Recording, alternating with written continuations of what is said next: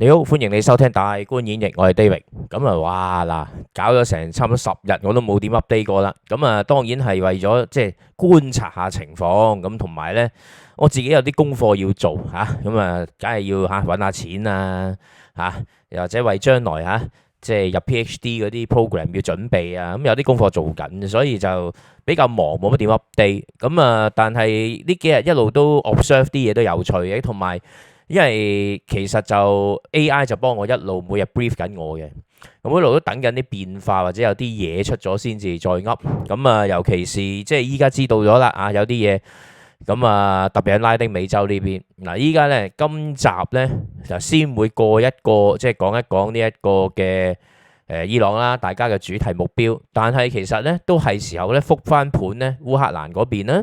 因為有新進展啦，咁同埋拉丁美洲啦。好有機會呢，伊朗呢一壇嘢繼續唔喐嘅話，即係繼續咁玩落去呢，嗰個火頭呢燒燒下呢，就分分鐘燒到落去美洲呢邊，就燒翻落去阿侵自己嘅後欄度。咁啊，所以佢嘅圍城戰，古巴圍城戰啊，仲可以捱幾耐？同埋佢嘅兩個最重要嘅盟友喺拉丁美洲阿根廷同埋呢一個智利啊，到底捱唔捱得住呢？咁仲未計秘魯又要選呢嚇，又第一輪選舉過咗啦。咁啊，又要覆下盤啦，呢啲位係嘛？咁另外非洲都會有影響嘅，但係非洲呢一筆呢，我諗下一次先講。咁啊，今次呢就主題呢嚇，先覆盤伊朗啊，跟住呢就烏克蘭，跟住呢就拉丁美洲，拉丁美洲會係主題嚇。咁啊好啊，依家開始。咁啊嗱，伊朗呢壇嘢一如所料啦，即係嚇咁啊，俾我認屎認屁啦呢壇嘢係嘛？我都話咗㗎啦，大佬。呢啲咁嘅位邊有可能可以俾你咁容易開得翻嗰個霍爾木茲海峽啊？咁打打談談依家咁啊，本來就話27號即係阿 Trump 就覺得有談判啦，即係本來有第一輪談判，諗住有第二輪啦咁樣。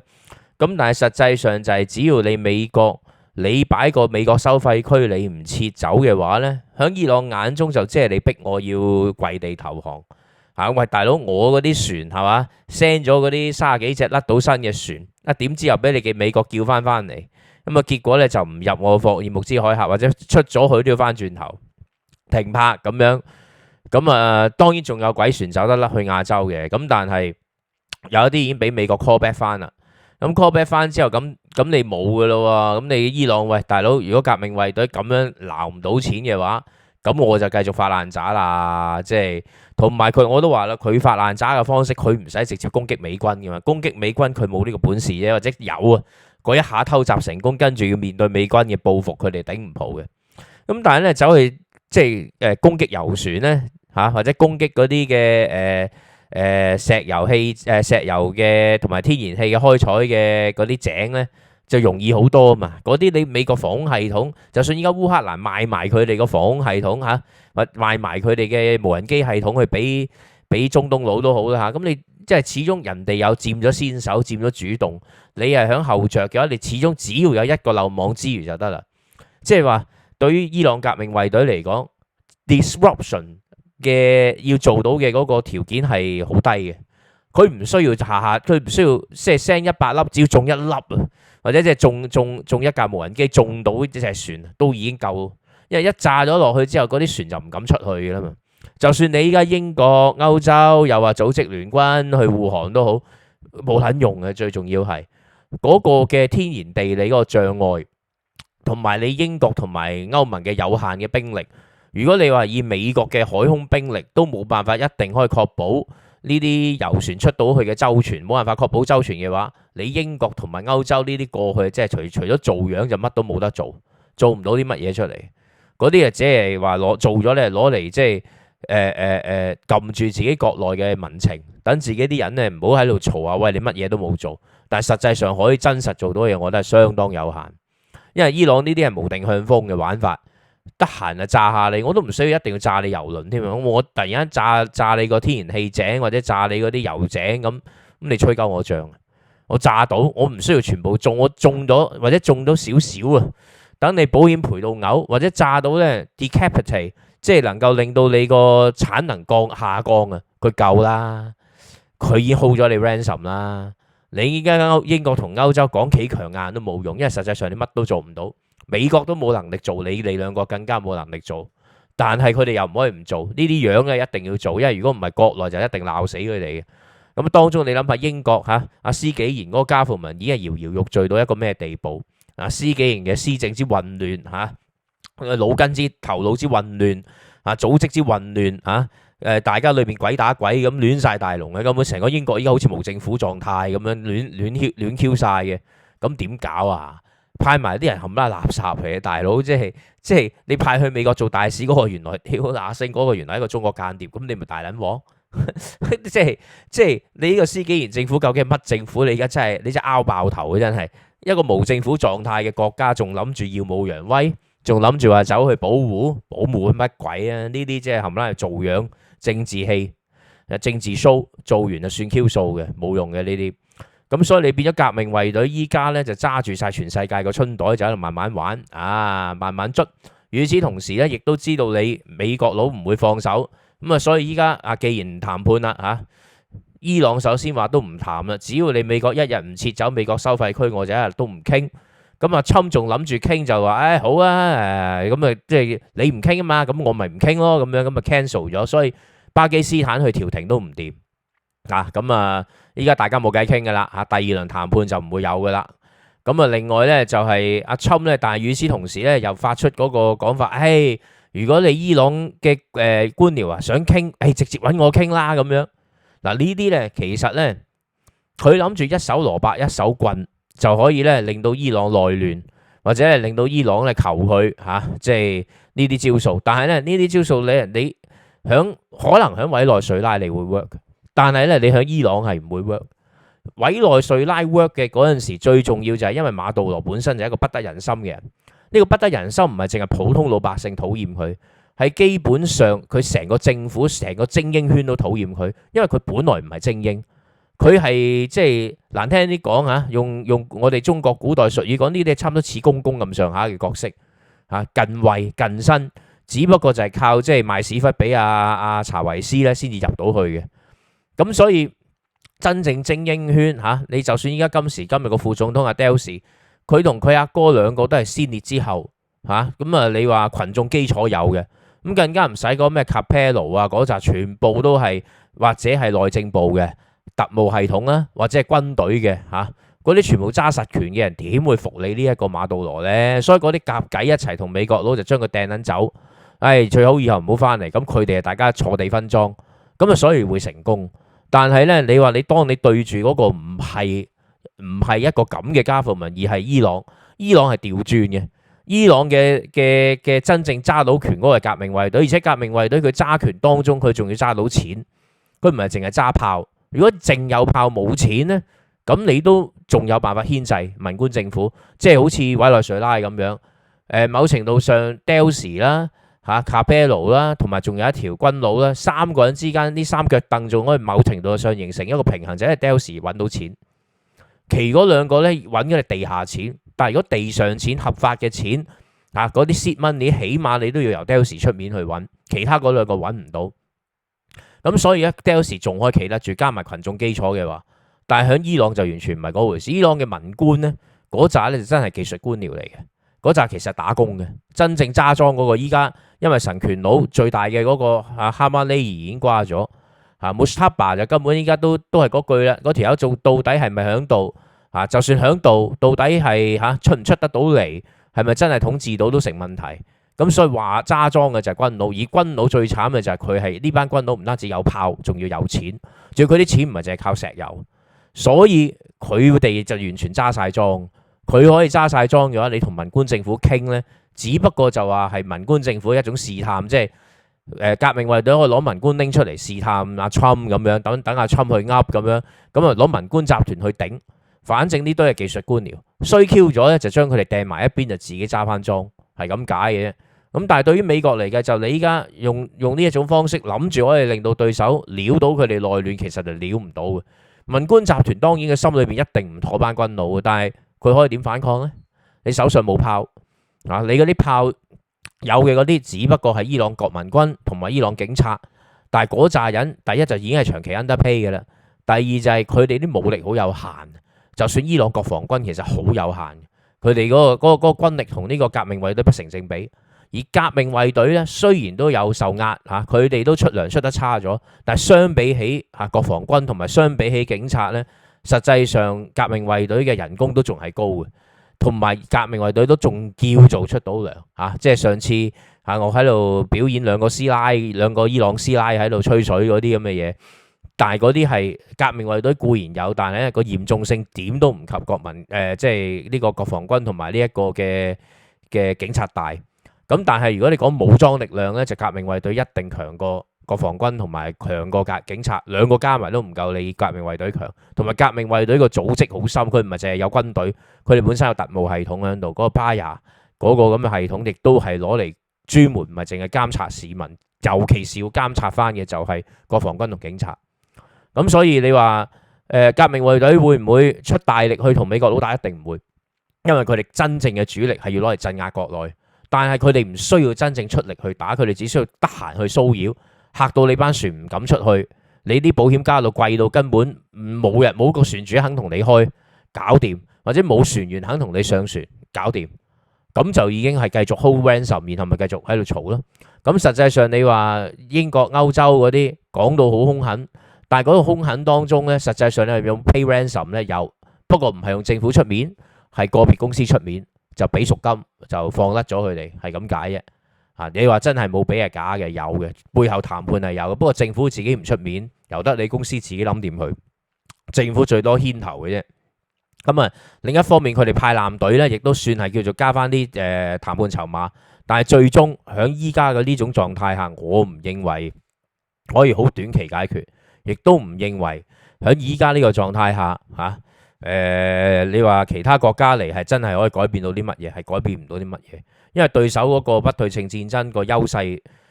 好大，個優勢大唔係在於佢軍力強，係在於佢個條件好低。佢只要有一隻無人機撞到佢是但一隻船，是但係油船、卡稿船，乜鬼都好啦，甚至撞唔到船或者撞到落去個甚至難聽啲講唔使撞到石油設施，撞到落去。嗰個阿拉伯嗰個咁嘅杜拜嗰個咁嘅最鬼靚嘅酒店隔離，唔使撞正嘅就撞到隔離，冇整傷人都好啦，夠㗎啦，已經係個心理震撼已經令到保險費只要夠高，高到去一個位，你美國嗰間公司話出嚟保都計落條數都計唔掂嘅美國國家㗎啦，有人政府機構出嚟保都保唔足啲船可以走得甩嘅話，咁冇啦，就即係冇人睬你，個個都匿喺個港口度繼續 hea 繼續烘。咁就對於革命衛隊就已經可以去收人哋片。咁依家同俄羅斯呢，就走去拜大佬呢，就即係揾俄羅斯。咁揾俄羅斯傾，當然要揾俄羅斯資助啦。武器又好，糧食各方面咁都要有嘢資助啦。咁俄佬就肯定好樂意咧，繼續喺伊朗呢度抌多少注，但係佢唔會抌大注，係抌啱啱好足夠吊住佢哋條命。又嗰條除咗吊住條命，仲可以吊住佢哋呢。足夠做到騷擾就算數，其他嗰啲當然留俾自己，因為烏克蘭嗰條線佢哋都吃得好緊，俄羅斯都好辛苦，同埋喺非洲嗰邊咧，俄羅斯嘅偏愛軍團佢哋嘅僱傭兵集團亦都 suffer 緊啲 defeat， 所以其實俄羅斯都係緊張緊嘅，吃緊嘅，只不過個吃緊當中呢，如果你喺伊朗呢條線完全放棄嘅話呢，咁就變咗人哋一鬆到啖氣呢，就可以全力壓迫你，亦都死，所以俄佬亦都冇得走，即係。大家都係陷入咗一種消耗戰度，俄羅斯同美國其實某程度上應該都喺度鬥消耗，只不過係去咗另一條戰線，就係去咗伊朗戰線嗰度鬥消耗。而一響伊朗戰線鬥消耗，而又冇咗歐盟做中間buffer嘅話咧，實際上美國嘅直接支出亦都唔會細，亦都辛苦。所以咁玩落去嘅話咧，又加埋歐盟亦都焗住要掟艦隊過嚟。咁就變咗，其實喺歐洲嘅嗰個能夠俾到俄羅斯直接嘅壓力，亦都某程度上減輕咗，就只能夠靠用錢去支撐烏克蘭，等烏克蘭繼續去消耗俄羅斯啦。咁所以我就係話，有啲嘅講法話，喂，開咗伊朗戰場都係消耗俄羅斯啫，係，但係你消耗緊自己嘛，亦都對，而且去到一個位，你冇辦法個精力冇辦法走得開。本來你伊朗嗰頭唔係一個咩大問題，你由得以色列一個走去頂 Q 晒嗰啲恐怖組織已經夠用。你而家無端端自己落場打，仲要而家退唔到，因為你而家就咁退咗，冇面亦都唔掂。你而家係一定，即係對於美國嚟講，佢個贏嗰個要求好高，佢一定要逼到伊朗佬投降。伊朗佬要乜都依晒你美國嘅意思去做，但係伊朗就係我只要有一日能夠掉一架無人機走去嚇 Q 你，我就即係等於未投降。但係未投降咁咪繼續圍咯。我係冇錢收，但係我石油冇錢收咗，我仲有其他嘢可以有錢收啊嘛。甚至我喺非洲搞事都係有錢收啊嘛，係嘛？咁即係或者我喺亞洲搞事、非洲搞事、歐洲搞事都係有錢收噶嘛。咁你只要我收得到錢，或者我仲有其他地方炒嘅話，你又冇喺 crypto 度撳死我，又冇喺其他啲 illegal trade 度撳瓜我嘅話，你冇呢啲位度撳我唔瓜，我繼續有水頭到養到我啲士兵，咁我就算冇辦法擊敗你美國解除封鎖，但係我可以繼續封鎖落去，等大家攬炒。咁所以而家如果係咁嘅話咧，兩邊都係看住喺度唔會喐，只不過就除非去到一個位咧，就真係喘氣喘得好辛苦啦，大家都攰得好勁，而且佢哋背後啲大佬亦都冇錢俾啦，咁佢哋又會可能停一停啦，上台傾傾，鬆一鬆，但係鬆咗咁上下又嚟過㗎啦會嚇，咁啊所以大家預咗長期通脹呢個亦都會對一陣間後面講嘅拉丁美洲個局係有影響嘅。咁我哋咧就伊朗 update 到呢度先跟住我哋先講講烏克蘭，然後咧再講拉丁美洲。咁烏克蘭咧就算係有好消息嘅咁因為咧歐盟咧嗰900億咧就終於過咗啦，900億歐羅嘅呢一個軍事同埋民間資助，即係軍事同民事嘅資助咧，俾烏克蘭終於通過咗啦。咁呢個當然咧就得益於匈牙利轉咗政府咁奧爾班落咗台啦，即係雖然咧個新嘅 President elect 咧仲未正式上台，但係咧已經好嘢到咧就直接帶隊落去親自封咗嗰個親呢個奧爾班嘅喉舌嘅電視台，就直接封咗佢。咁因為做到呢樣嘢，亦都可以話奧爾班等於大勢已去啦，因為佢都輸得勁㗎啦呢一鋪。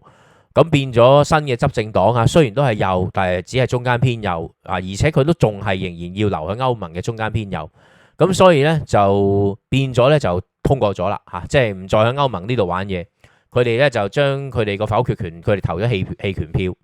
咁同時亦都換到啲乜嘢咧？就係換到咧烏克蘭咧喺嗰個友誼氣管因為輸往匈牙利嘅天然氣喉裏邊咧當中咧係有經過烏克蘭嘅。咁經過烏克蘭嗰條，佢哋俄文我唔知點讀啦，但係英文翻譯其實就係 friendly 啦，即係 friendship 啦，即係友誼啦。咁我哋當係友誼氣候啦咁叫啦咁嗰條氣候其實咧OUNA咧就係俄羅斯嘅集團嘅。咁但係有趣嘅就係咧，因為俄烏戰爭咧就試俄羅斯嘅無人機襲擊係試過炸斷咗條喉。咁炸爛咗條喉之後咧，就烏克蘭咧就特登唔去收嘅。咁因為你俄羅斯炸爛咗，咁我唔去收。唔收咧就跟住就攞嚟當係一個籌碼，就同匈牙利講數啦。你匈牙利一日 block 住我去 access 呢一個嘅歐盟嘅錢嘅話咧，咁我一日就 block 死落去，就睇下邊個慘啲。咁明顯地咧呢一鋪咧就奧爾班就瀨咗嘢啦，即係終於都捱唔到落去啦。咁佢個政權冧咗檔，咁新上嚟嘅政權咧嗱聲同烏克蘭講數，咁講掂咗數咧就佢哋 unblock 咗嗰900億嘅歐羅嘅資助。而倒翻轉頭咧，就係烏克蘭收好嗰條友誼氣候啦，咁真係好有友誼啦！一開翻之後咧，呢一個匈牙利都確認，收到啦，撳掣燒着到，邪咁樣有火啦咁樣，神造氣床，清新開朗咁咁掂啦，咁跟住就呢一個除咗即係匈牙利有啦，咁呢個斯洛伐克啦、捷克都有。咁斯洛伐克嗰個總統亦都係親俄嘅嗰個 Fico 咧，聲就大聲喺度死孖叉呢一個烏克蘭，但係咧呢一邊即係孖叉烏克蘭，但係另一邊咧對於嗰900億咧就聲都都唔敢多句。咁所以咧對於烏克蘭嚟計咧，佢收到啲900億嘅資助咧，就等於多咗條生命線。嗱，雖然其實仲係好吃緊啊，前線吃緊，同埋仲更加重要嘅就係經濟建設更加吃緊。對於烏克蘭嚟計咧。佢哋個無人機攻勢咧，尤其是而家佢哋嘅無人機越做越好啦。咁早排阿澤連斯基做埋 sales 佬添，大 sales。咁就佢哋烏克蘭嘅國防部咧都拍咗宣傳影片，就話喂，我哋嗰啲無人機平靚正，而且我哋唔係淨係賣架生俾你我哋賣埋個系統俾你，賣埋 training 俾你，我哋仲賣埋軍事顧問俾你。咁於是乎咧，海灣國家咧沙地阿聯酋呢個嗱聲都去反應，因為抵玩好多。你美國佬嗰啲係貴嘅，唔係話唔勁，美國佬嗰啲係梗係勁啦，但係咧貴。而烏克蘭嗰啲咧就係平，而又佢哋係經過實戰檢驗過㗎啦，已經係，而且專克俄羅斯啲嘢嘅。咁而依家伊朗用嗰啲嘢好多都係俄製嘅，咁啊最好啦，即係攞嚟黑翻佢轉頭，係嘛？咁啊對到正一正，尤其是如果你話伊朗自己生產嘅嗰隻無人機嚇，亦都俾咗俄佬去生產，license 咗俾俄佬，咁俄佬依家自己開廠生產就可能賣翻倒翻轉頭賣翻俾伊朗啦。咁嗰隻無人機因為響烏克蘭戰線度已經用過，而烏克蘭亦都有新嘅系統去同佢對抗，咁所以呢，烏克蘭係多咗筆新生意。咁啊呢筆生意呢就賣咗俾有錢嘅地方，咁啊當然係海灣國家啦。咁但係其實依家歐盟嘅其他地方亦都係會準備採購，因為烏克蘭嗰啲全部都係經過實戰檢驗係掂嘅。咁所以亦都如果反映喺戰場上呢，雖然俄羅斯呢就一路向即係玩戰略轟炸，不斷咁炸呢一個烏克蘭嘅基建嚇，諗住呢就用戰略轟炸形式逼烏克蘭市民反抗嚇，即係逼烏克蘭市民對不滿呢一個澤連斯基政府，然後逼澤連斯基政府投降。咁但係另一方面呢，澤連斯基呢一邊即係烏克蘭呢，亦都係咁炸用中程導彈去炸呢一個俄佬嘅後勤，令到俄軍喺前面接唔上個後勤，就變咗俄軍呢一路都冇辦法再有更加多嘅進展，甚至冧人堆都冧唔掂。咁所以雙方等於一個 stormy 嘅階段。而依家咧喺政治上咧，阿澤連斯基靈活咗嘅，你可以咁講，個靈活咗就係第一，佢只要換到嗰900億嘅援助咧，咁佢就開咗嗰條友誼氣喉，嗰條友誼氣喉等於係幫咗俄羅斯攞生命線。但係烏克蘭諗通嘅，我諗一樣嘢就係呢頭俾佢揾到錢唔緊要，嗰頭佢另一邊炸到佢冇錢賺就得㗎啦。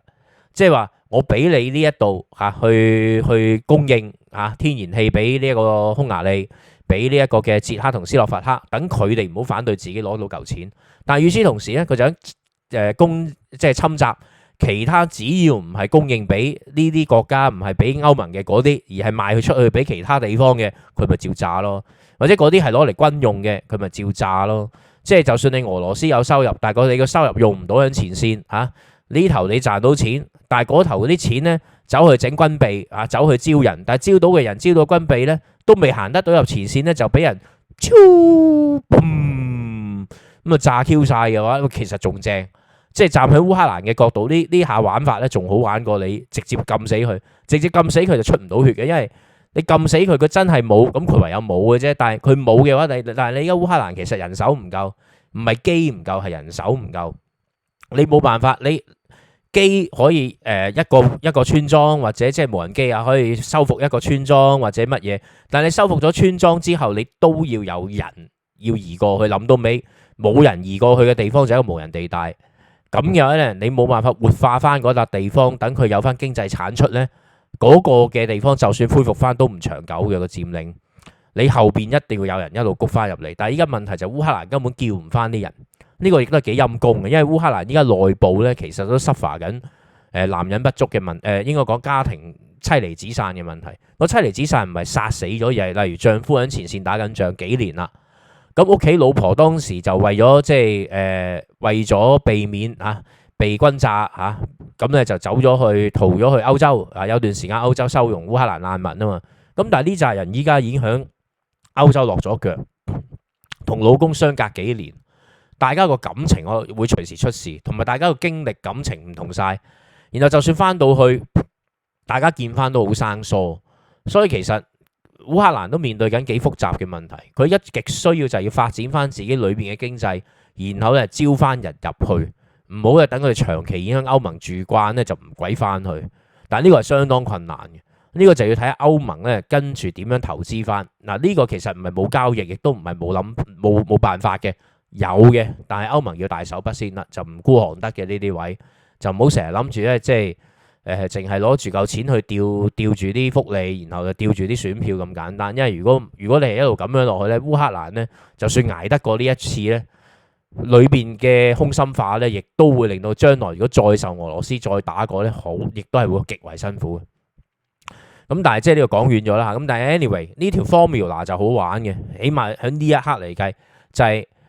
你天然氣我由得你攞，你賺到嘅嗰嚿錢啊，你咪賺咯。賺完嗰嚿錢，你走去招兵買馬，但係一招兵買馬都未撚行到戰場，我就幫你送晒上西天。咁咧就即係其實等你咧，咁就俾咗個難題俾你普京。咁你到底繼唔繼續放人過嚟咧？你唔放咧，前線一路空虛落去嘅話咧，咁烏克蘭一反攻咧，就有機會可以收復翻，甚至可以令到即係俄軍再一次出現大舉投降嘅情況嚇。咁因為你後勤俾唔到啦嘛，咁所以呢個就係俾個兩難題俾你拋俾你俄佬去諗啦嚇。咁啊嗱，錢你係賺到，咁但係你賺到，如果你唔繼續擺喺前線，咁你會撲街。但你繼續擺喺前線呢，就其實即係揾你笨，即係你呢頭賺到嘅錢，嗰頭又燒咗佢，幫你燒咗佢，其實就即係等於冇賺過一樣。咁更何況呢？你俄佬呢班友，你點會真係喂？你收到一億啊？怕且左貪右貪，落得到去招兵買馬，10萬蚊都唔知有冇啊，大佬有10萬我都佩服你啦，已經係，甚至係唔好講到咁衰價100萬嚟。係嘛？1億裏邊可能得翻100萬係攞嚟招兵嘅，其餘嗰9900萬就全部你班官自己分撚咗袋咗落袋，包括阿普京都要濕濕腳。咁你班人濕晒腳，得翻100萬，跟住走去招嗰啲兵，嗰啲兵都招唔到啲乜啦，或者落訂單，就算你又落咗訂單走去生產武器都好啦嚇，嗰啲武器啲咩質量，你都會成一大堆問號，一大堆問題。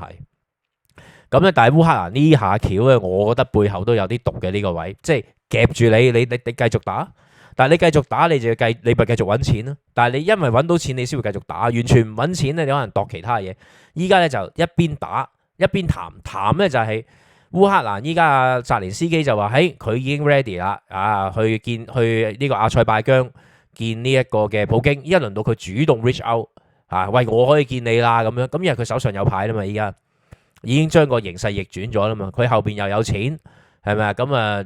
俄羅斯依家冇進展，甚至咧烏克蘭已經收復翻一部分嘅失地，而且烏克蘭一直打擊緊俄羅斯嘅生命線，都打擊得好強。雖然俄羅斯亦都打擊緊呢一個嘅烏克蘭嘅基建，但係雙方嘅打法唔同。俄羅斯就一直希望用戰略轟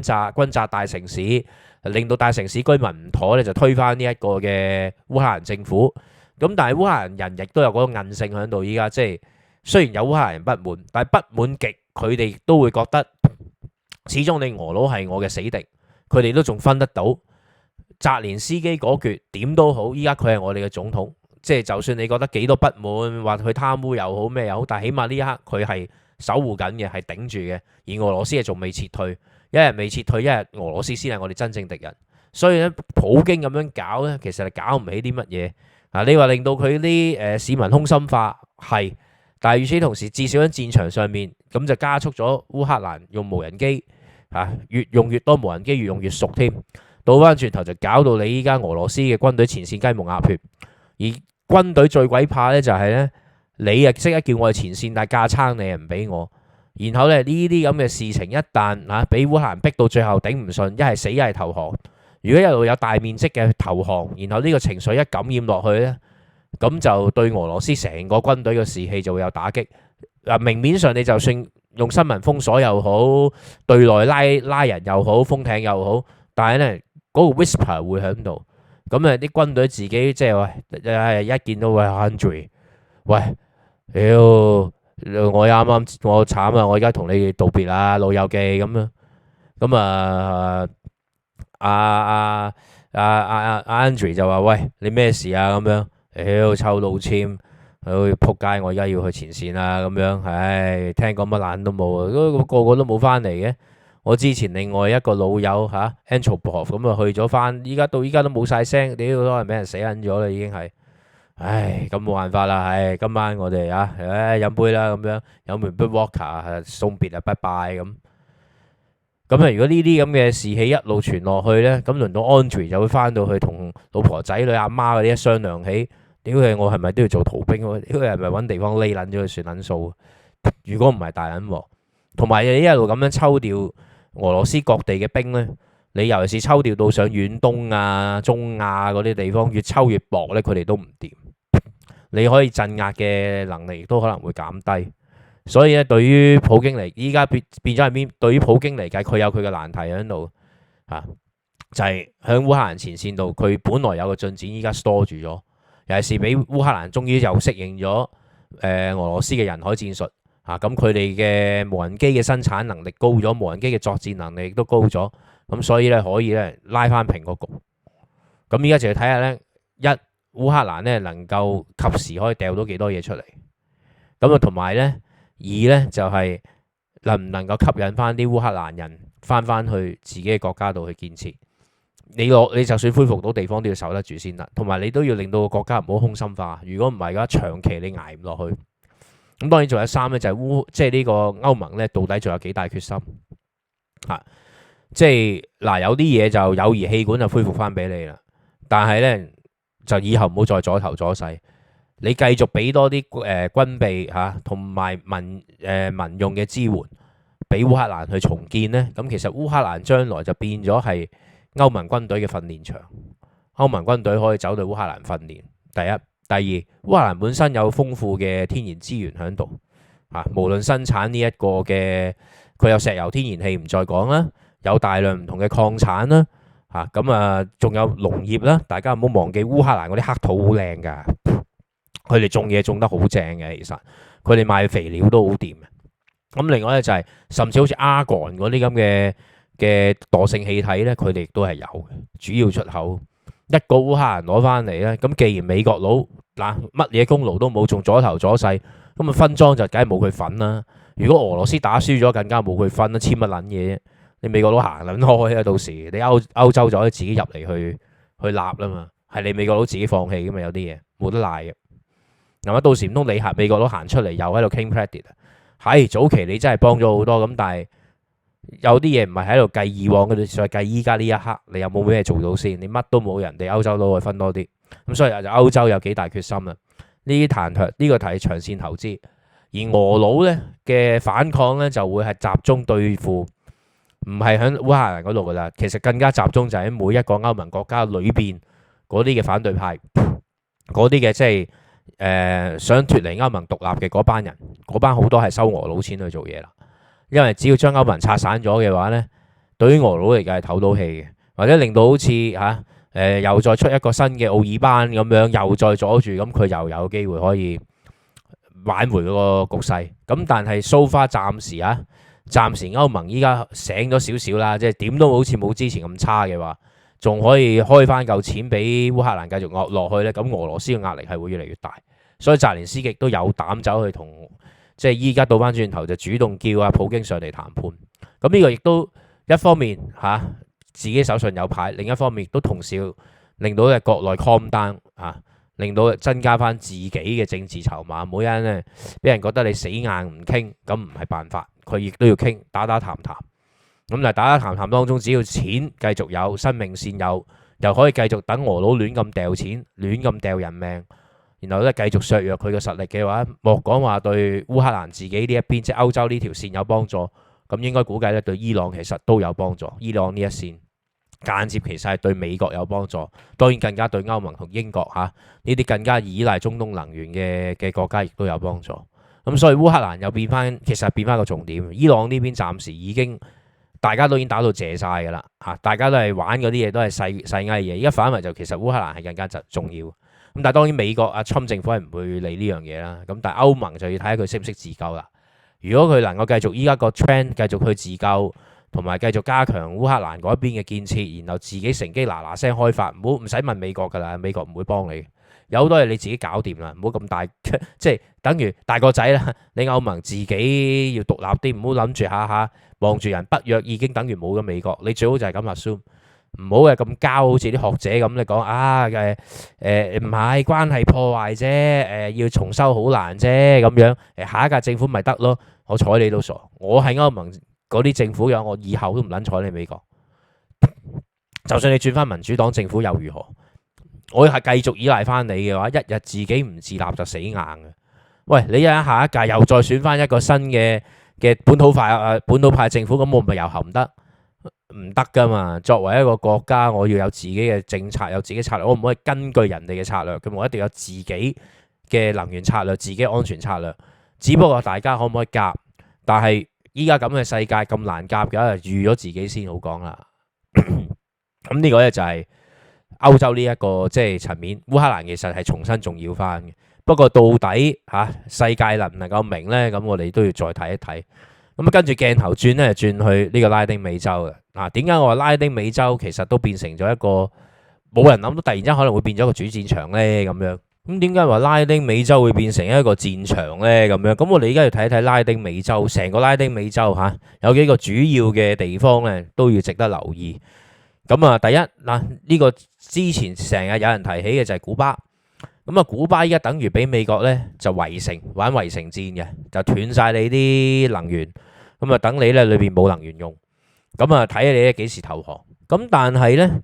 如果你話美國一直冇響伊朗搞其他嘢，而個壓力一路可以持續響拉丁美洲度好主力咁擺晒艦隊，擺晒成一路喺度谷落去呢，咁可能古巴會容易啲投降。咁但係問題呢就係行到依家呢個位呢，美國明顯開始有 distraction。第一，你要擺兵響伊朗啊，咁當然你而家仲有兵響呢一個嘅拉丁美洲嘅。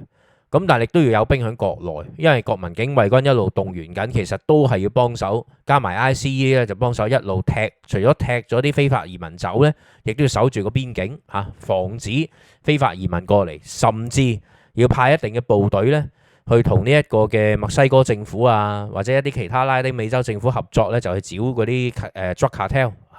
剿嗰班毒梟，嗰度都打緊仗嘅，其實打得好勁嘅嗰頭，唔係講少啲毒梟。響拉丁美洲啲毒梟其實即係差唔多係一個國中之國，同呢一個伊朗革命衛隊有啲似嘅。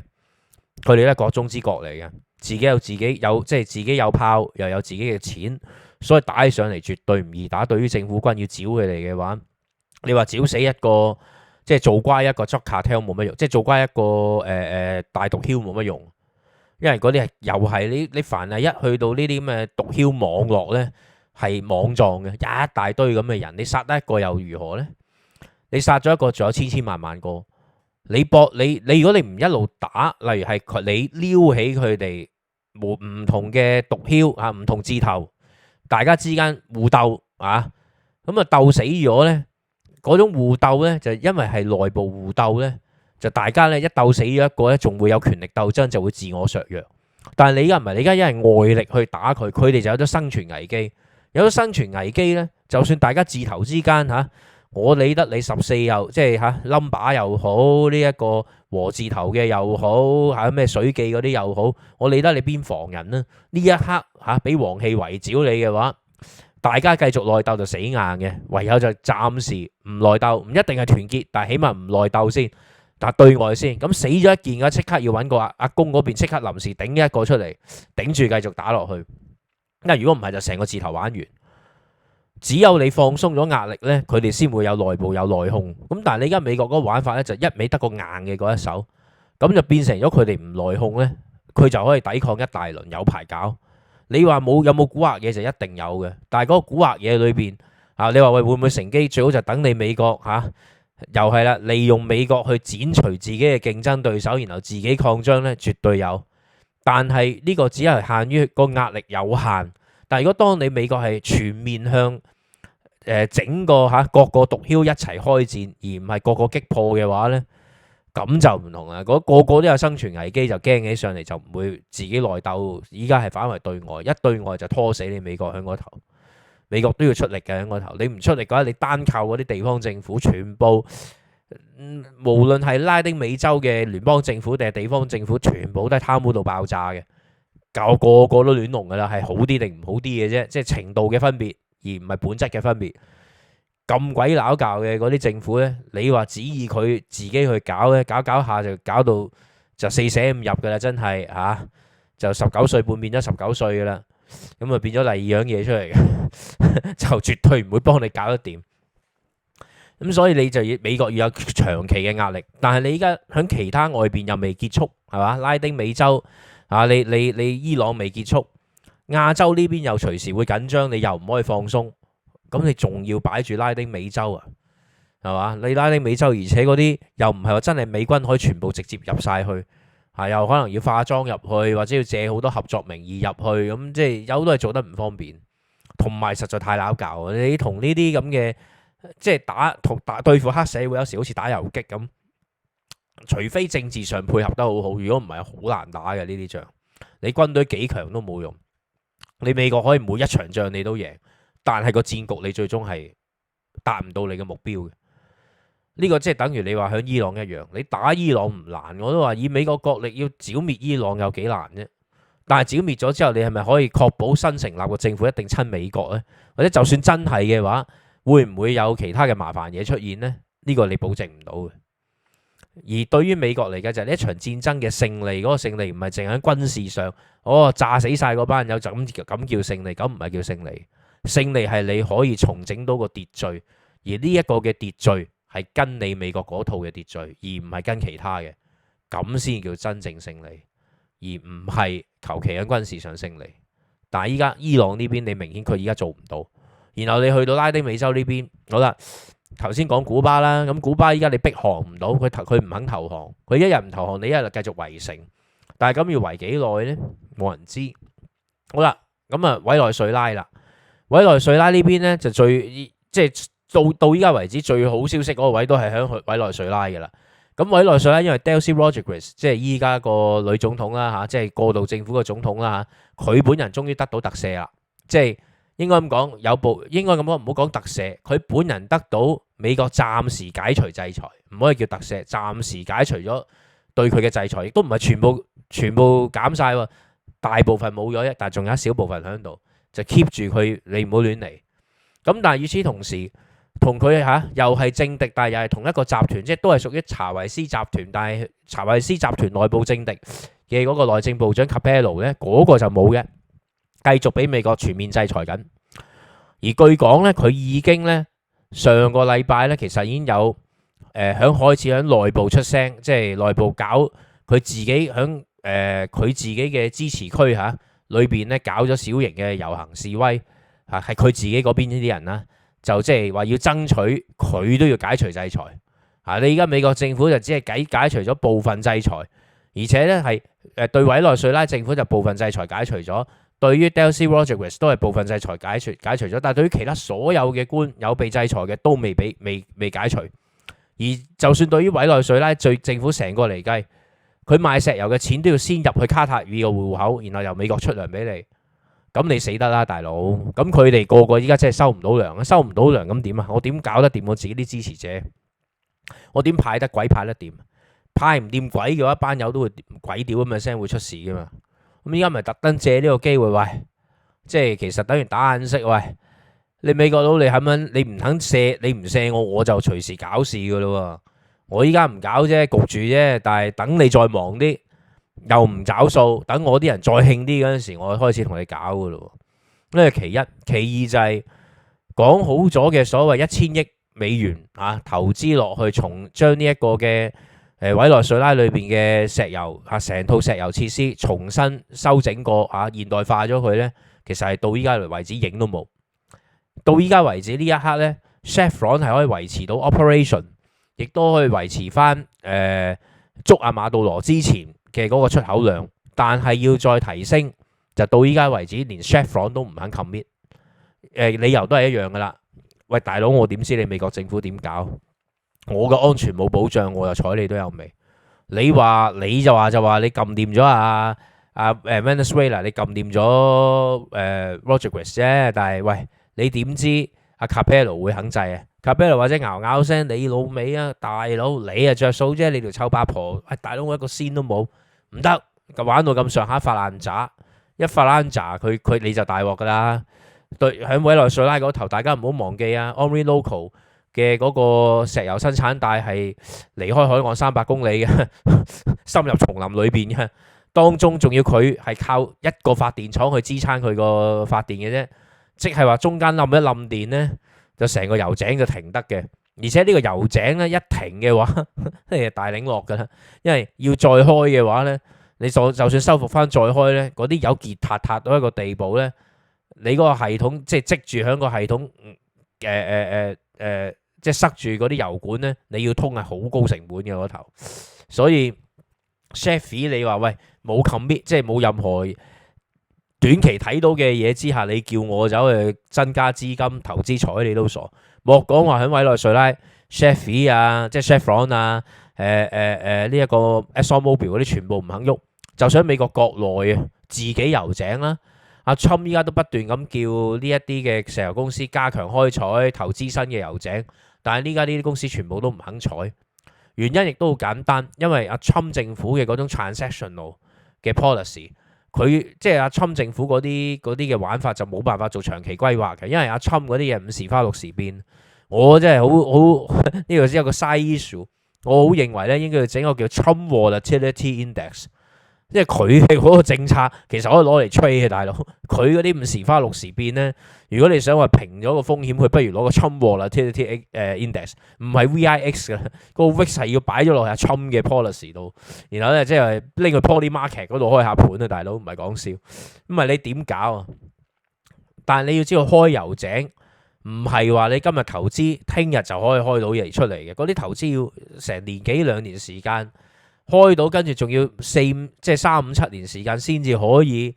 平到 break even 到，然後你先至開始有錢賺。但係你啲 policy 發得咁犀利，甚至分分鐘捱到11月，係嘛？你個國會輸 Q 咗，到時民主黨控制國會，只要控制一個院啫，你阿 Trump 已經變跛腳鴨總統啊！你一變跛腳鴨總統嘅話，你啲 policy 我仲應酬你，你都黐撚線啊！睬你都有味啊！又 Q 你死啦，已經係嘛？你仲叫我揼錢啊？喂，你應承找嘅數你未找俾我，你而家舊數未找，新數免問啦，係咪啊？咁所以呢壇嘢你話委內，但係如果係咁樣，委內瑞拉就即係話佢攞唔到新嘅錢，攞唔到新嘅錢即係冇得濕腳，冇得濕腳貪污即係派唔掂俾自己班內部班友，就只能夠靠依家嗰啲抌抌 check 過日子。但係抌抌 check 過日子當中咧，又只有你阿 Delcy Rodriguez 依家受美國嘅祝福，你可能攞到好大嚿，其他嗰啲就個個都係攞嚟吊鹽水都唔知夠唔夠，咁你咁樣就製造內部矛盾呢？係內部矛盾可能對於你美國去鎮壓佢哋就容易嘅，係，但係佢哋如果內部一路有矛盾嘅話，咁唔代表民主派容易上台，反為更加上唔到台。一旦內訌，大家等於軍閥混戰嘅話，就邊個拳頭硬邊個上嚟，就唔係再係變咗邊個民主邊個上嚟。一係就你美國再調翻兵過去，咁但係如果你美國長期俾伊朗拖住咧，走唔到呢，或者就算派到，好啦，你係咪又要拆東牆補西牆呢？你係咪又要將亞太呢一邊印太嘅嗰個影響力、震懾力降低呢？但係嗰橛你有你自己阿侵定義嘅最大敵就係我哋偉大祖國嘅喎，咁你係咪唔要即係唔放棄呢一邊唔理，就專注淨搞你美洲呢邊呢？到時呢個兩難都幾難 resolve 嘅，其實唔易搞嘅。但係如果你一放棄咗印太呢邊嘅話，印太非你有，你又大鑊嘅喎，咁佢哋就自己組圈嘅咯。所以我諗嗰班古惑佬依家喺度等緊嘅，有啲嘢即係睇下你捱得幾耐，捱到咁想捱唔掂咧就嚟料啦。好啦，咁呢個只係講緊委內瑞拉同古巴，咁依家嚟緊哥倫比亞咧5月31號就要選啦，下個月。咁到底會唔會？依家我諗到底無論係中間偏左嘅上台嗱，現任嗰個總統 Petro 就唔會再尋求連任噶啦。咁依家到底新嘅左翼到底左翼贏定右翼贏？我懷疑呢邊翼贏都好，頭赤嘅地方係一樣嘅。咁呢個咧就可以順便轉落去呢一個由哥倫比亞轉到落去阿根廷同埋 Chile 呢兩個國家，依家都係右翼政府上咗台，而且係非常親美國，至少把口係。但係佢哋而家都面對好幾個煩惱。第一，經濟增長咧，雖然個即係如果你揾一啲好保守嘅嗰啲即係親保守派嗰啲經濟學家咧，就梗係會吹到天花龍鳳。但係如果你話客觀啲睇，就係呢兩個國家而家都面臨緊頭赤嘅位。第一，好似智利嗰啲咁樣，入口能源會越嚟越貴。智利嘅能源唔係自主嘅，智利嘅能源咧總體要靠入口嘅。咁石油價格就飆升緊嘅。就算你話喂佢唔需要靠即係卡塔爾或者沙地、阿聯酋嗰啲天然石油同天然氣啊，咁佢要靠美國，但係美國嗰啲要漲價噶嘛，大佬就唔係話美國嗰啲會平嘅，美國一樣貴噶嘛，只不過即係你有咁解，但係你都貴啊嘛，咁你貴嘅話，你個通脹會傳導落去噶嘛。尤其是你唔好忘記喎，除咗呢啲輕油，仲有重油咧。你話就算你話委內瑞拉嗰邊過嚟，委內瑞拉嗰啲油要重新提煉過，都係喺美國過嚟嘅。其實，因為委內瑞拉出嗰啲原油嚟嘅啫，嗰啲唔可以就咁泵落去智利嗰頭再去開嘅，一定要經翻美國，然後再翻轉頭，要美國嗰邊提煉好啦，然後再運翻過。以依家委內瑞拉個產能點支撐得起智利嘅消耗啊，大佬點支撐得起成個拉丁美洲消耗啊？都係要靠美國過嚟嘅啫。係嘛？咁但係好啦，咁你經濟要唔要發展呢？嗱，與此同時，依家對於 copper 嘅嗰個需求量一定會大，因為大家都開始要用電啦。但係呢邊需求量大就應該係利好於智利嘅，但係嗰邊咧能源又唔夠又貴，嗰邊就不利好嘅。更何況又由於阿侵就一直都想要控制住美國即係呢個拉丁美洲呢個後欄，所以咧又成日明面上不斷咁俾壓力俾智利，就叫智利你千祈唔好賣嘢俾中國。但係對於生產電啊、生產電池啊呢啲嘢嚟計，始終依家全球最大嗰個咪就喺偉大祖國度。你唔賣俾佢，你賣俾邊個啊？你美國都消耗得幾多啊？依家咁，所以咧，對於依家呢個右翼政府咧，就係一方面就利用幫助美國緝毒、幫助美國打擊呢一個毒梟，用呢一樣嘢同埋幫助你堵截非法移民，用呢樣嘢去滿足美國政府個要求。然後咧，等你滿足咗之後咧，聯邦政府就攞把口去鬧中國，然後咧就暗中咧就縱容地方政府咧同中國國企簽約，就繼續出口去中國度。而對於川普政府嚟計咧，就係只要你滿足咗佢某一啲嘅目標嘅話，其他嗰啲就係佢亦都攞把口嚟鬧，但係呢頭鬧嗰頭佢都係當睇唔到嘅啫，因為大家都明一件咩事。如果你唔靠電嘅話，即係你唔穩住依家呢個右翼政府啊，將來佢冧咗當整個左翼嘅仲衰。咁你還不如呢家呢個右翼政府，起碼佢肯同你一齊合作緝毒，係嘛？起碼肯同你合作情報交換滿足咗你部分要求，亦都幫你打擊非法入境者。咁既然係咯，咁所以後邊嗰橛咧點樣同中國交易嗰啲咧，就口一路俾壓力，但係暗中咧其實都係由得你啦，因為佢哋嗰啲都係推俾地方政府嘅啫。聯邦政府就我唔知咁樣，你叫我搞我點知啫？咁咪等地方政府，我哋都係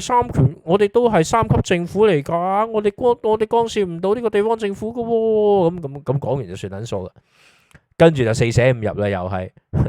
又由得佢哋去簽。咁呢個智利政府係咁，阿根廷都係咁，而且阿根廷其實都有個麻煩。嗱，阿根廷能源就冇咁大鑊，但係阿根廷都係一個農業都係好重要嘅國家，而阿根廷嘅 fertilizer 亦都係要靠入口，唔係靠自給。而 fertilizer 依家因為伊朗呢條唔單止淨係伊朗，因為伊朗同烏克蘭兩場戰爭，其實肥田料係好撚貴嘅，個價都係貴咗嘅。你最慘就唔係話有冇供應量，我當你阿根廷可以向北方嗰一邊向北方你甚至你無論隔離嘅鄰舍巴西又好，向北向加拿大有咩攞得到，都個價都貴咗啊嘛。而阿根廷農業都唔係細嘅，嗰個佔嘅數量。咁如果 fertilizer 一貴嘅話，啲農民辛苦喎。但係與此同時咧，阿根廷為咗撳通脹咧，阿根廷個披索咧會由依家長係堅挺緊嘅。但係如果堅挺緊嘅話，再加埋成本貴，你如果要轉嫁俾消費者，就即係你啲農產品賣唔出，咁你出口就會跌。你出口一跌嘅話，你政府你即係咁簡單講就係你啲農民賣嘢賣俾邊個咧？賣翻去俾 domestic 嘅話 ，domestic 消費得起咩？domestic 就會做翻轉頭過邊境去咗美國，或者去咗隔離嗰啲唔係邊境唔係美國，即係過去其他地方，總之去平嘅地方度買，就唔去留翻你阿根廷消費。咁其實你又會面對緊資金外流嘅一種壓力咁點算呢？你依家其實係靠緊美國攞啲錢過嚟支援緊佢嘅啫，令到 Miley 仲可以夾硬企得住。投資都係由美國嚟嘅，咁但係對於 Miley 嚟計，你出口你都要揾人要嘅。如果你阿根廷啲嘢太貴係嘛，尤其是如果你話農產品貴，咁你死得啦。好啦，咁你話工業啦，咁樣工業製品啦，咁樣工業都 OK 嘅。阿根廷咁樣如果出口嘅話，係佢都係有類似即係呢一個智利嘅嗰啲礦產，中國都係買緊嘅。咁但係又變咗就係一樣啦。其實阿根廷政府阿 Miley 政府嘅做法同依家智利阿卡斯政府兩個右翼政府做法都係一樣。總之呢，聯邦政府咧就幫你美國佬政府咧緝毒同埋咧打擊呢個非法入境者，然後咧一去到實際經濟利益咧，就表面上交功課，攞把口去鬧，但係咧暗中咧就由得你嗰啲咁嘅地方政府同大陸嘅國企簽約，而且甚至你話去到 Miley 早排同阿 Trump 簽咗一啲自由貿易協議，然後又話幫手去踢中國出去呢一個嘅自由貿易協議，我要 exclusive 我係將我主要係益咗美國公司嘅咁樣。咁但係咧跟手咧，佢哋個外交部長已經唔聲唔聲啊，走去同其他啲企業講係放心啦，其實唔會影響到你哋嘅即係呢個唔係 mutually exclusive，即係話我同美國簽咗嘅，即係美國優先啫。但係你哋公司繼續投資啊，偉大祖國，你哋繼續投資落去啊！我哋唔係唔益你嘅，一樣有，你繼續可以開採嗰啲，只不過優先俾美國，但係唔會唔俾中國。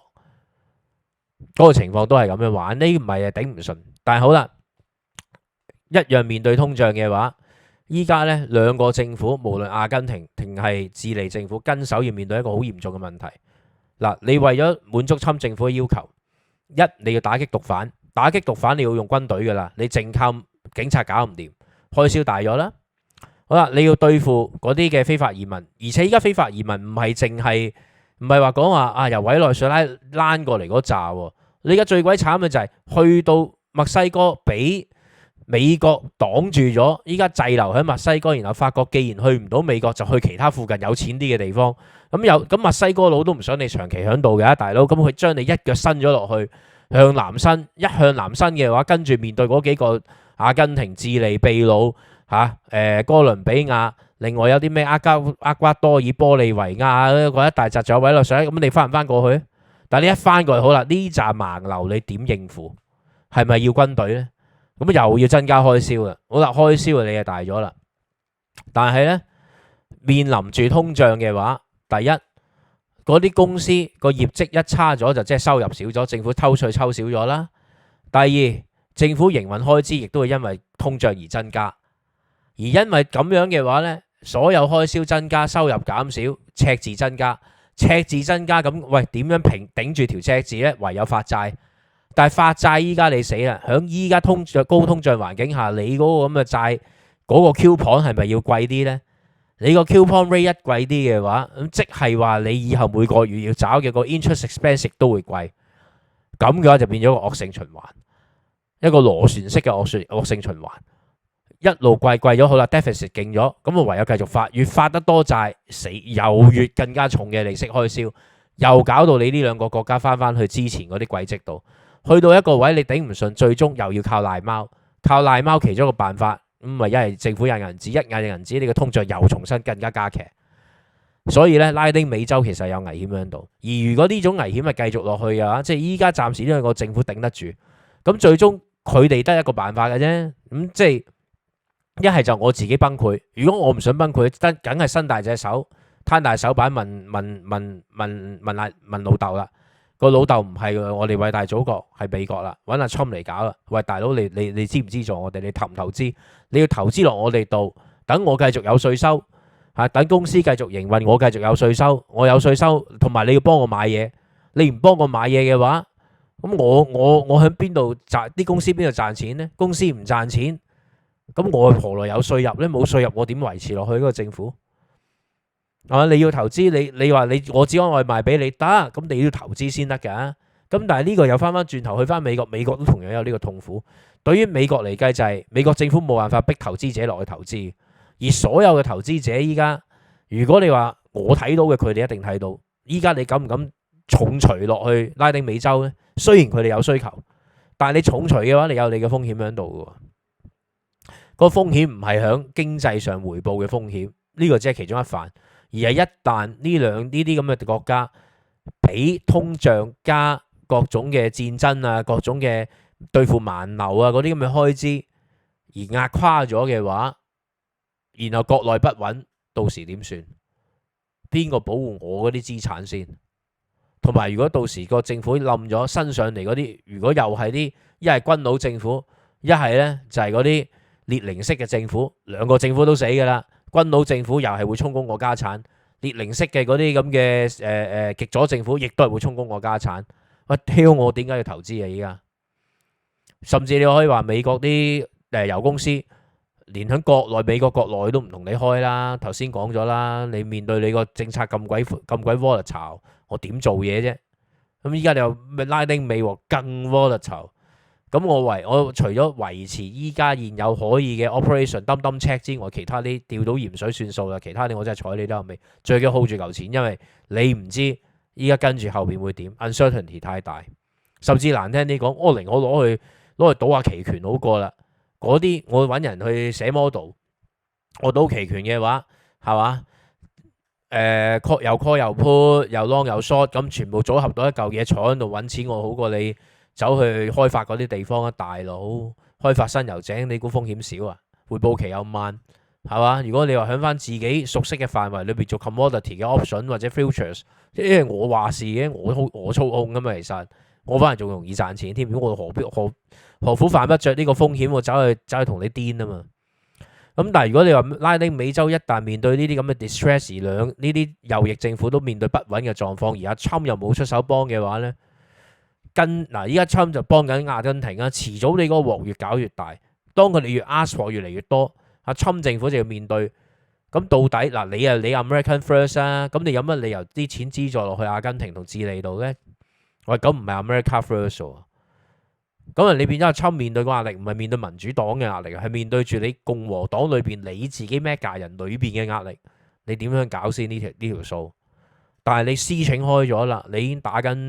你打冧咗委內瑞拉，又圍緊古巴啦。但係原來你兩條盟友支持唔住，咁你剩低嘅委內瑞拉同埋古巴嗰班友仲唔硬淨啲同你玩落去？而只要繼續拉丁美洲，如果一旦陷入一種咁嘅混亂，尤其是盲流帶嚟嘅。加埋卡特帶嚟 drug 卡特帶嚟嘅混亂嘅話，你美國淨係解決嗰個問題都解決唔切，甚至國內都有影響。咁喺咁嘅狀態下，你仲點去應付全球呢？咁所以呢度呢，就會唔會？如果我睇到，會唔會例如俄佬會睇到，係咪？偉大祖國亦都會睇到。咁同美國競爭霸權之下，喺呢啲地方度出術，等你喺美洲嘅情況惡化啲，繼續牽制住你美國呢？咁呢個就要睇落去啦。咁好啦，今日講住咁多先啦吓，咁啊多謝大家收聽，歡迎大家 comment、like、share 同埋 subscribe，咁啊同埋請下我飲咖啡，咁啊遲啲再傾，拜拜。